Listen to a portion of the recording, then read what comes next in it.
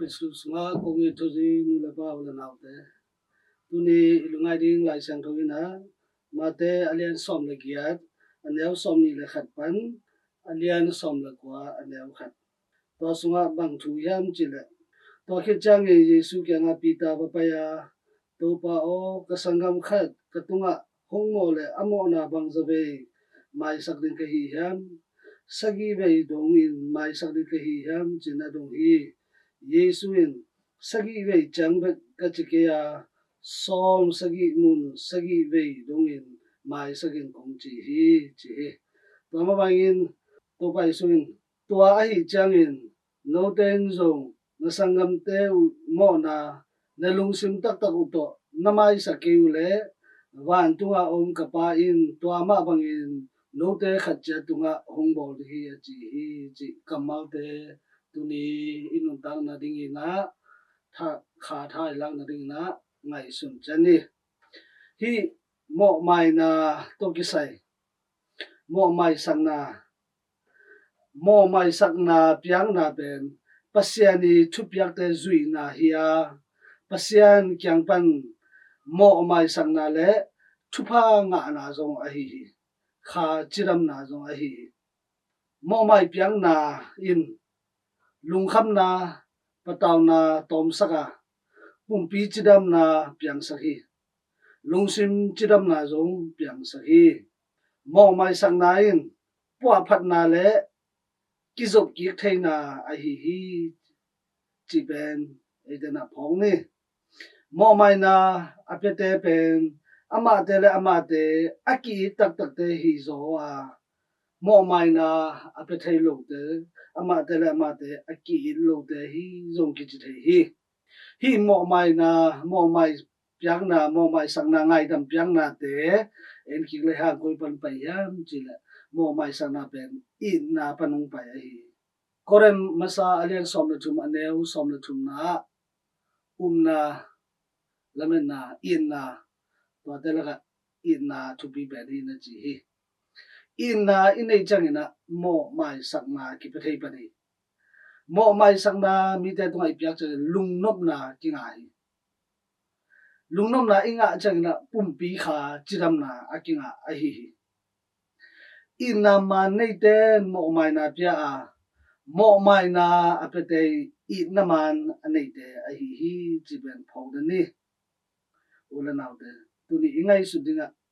eite na mi te tunga eite tunga khial te tunga mo mai na episode hiam mo mai na ipiak le eite na I na nei tak tak te hi na kilak na sok de hi ke tunga mo te kamai sang ma ko mo na te zo mai sagin china lai san so again ma bangin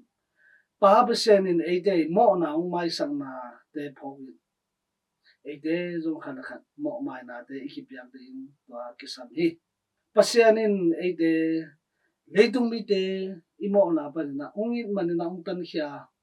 to ma bangin to pa sen no te kung in ma bang khala khat ki dun chi ma bang to ki in na man tak tak in nei le eite e ma jong ki da e ma ikin ma bang na ilom igwal iveng pam te to so in na kilak zo hi in kwan so zo in na kilak zo hi tulai leitung nun tak ja pol pi sunga khala khat ki hazan na mo mai na te ki piak lo na te tamma ma hi tora no na ele e khat jan ikingai su dina pasian ka I tak tak hiam pasian ka tak tak hiam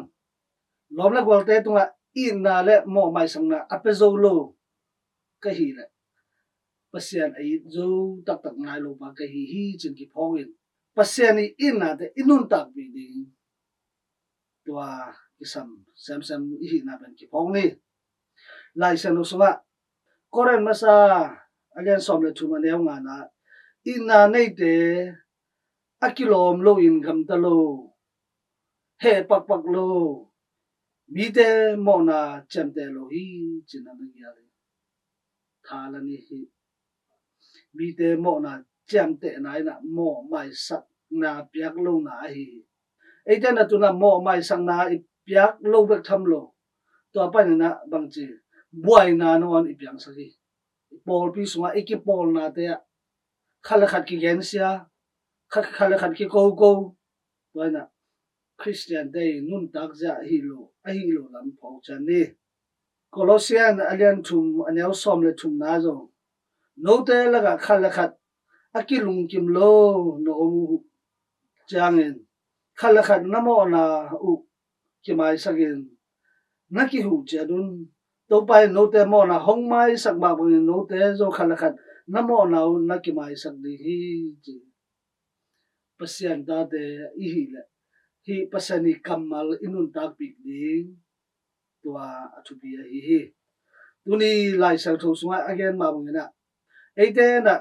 pai eite mo na hong mai sak ma bangin mi te tunga mo na I mai sak ke le ban tunga om pa in eite jina lai sang no sunga ma bang na eite tunga thum khen di hi chi ben eite na phok de nin inun tang na a khal khat mo mai na ki pya in mo mai na pya nai na pum pi kha chiram na hiya mo mai na pya nai na eite leitung na sat na te dam sak thei hi a he te apun phun te na lung kham na te nei in si chu tui chu te nga in na tom in abom hi golden sei thong ku chi a chi ma bang na eite na mi te mo na te ngai sunin nei no lo na mai sagina